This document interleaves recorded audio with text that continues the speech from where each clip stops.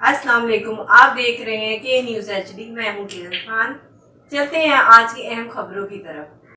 खबरों का सिलसिला आगे बढ़ाते हुए रुक करेंगे साहिवाल का, जहां से रिपोर्ट कर रहे हैं हमारे नुमाइंदे नदीम जहूर।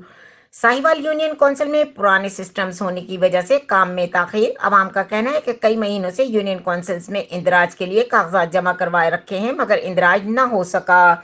इस हवाले से के न्यूज के नुमाइंदे ने यूनियन काउंसिल सेक्रेटरीट से बात की, जिस पर उन्होंने कहा कि यूनियन काउंसिल के सिस्टम बहुत पुराने हो चुके हैं। 4 या 5 इंदराज के बाद सिस्टम हैंग हो जाता है, जिसकी वजह से आवाम को मुश्किलात का सामना करना पड़ता है। मजीद उन्होंने बताया कि यूनियन काउंसिल को स्टेशनरी का सामान भी मुहैया नहीं किया जाता, जिसकी वजह से प्रिंटर के कागजात बेखुद जेब से लेने पड़ते हैं। मजीद उनका कहना है कि कई यूनियन काउंसिल्स में मीटर भी मौजूद नहीं, बिजली लेने के लिए भी बिल की अदायगी भी जेब से करनी पड़ती है। यही वो वजह है जिसकी वजह से आवाम को मुश्किलात का सामना करना पड़ता है।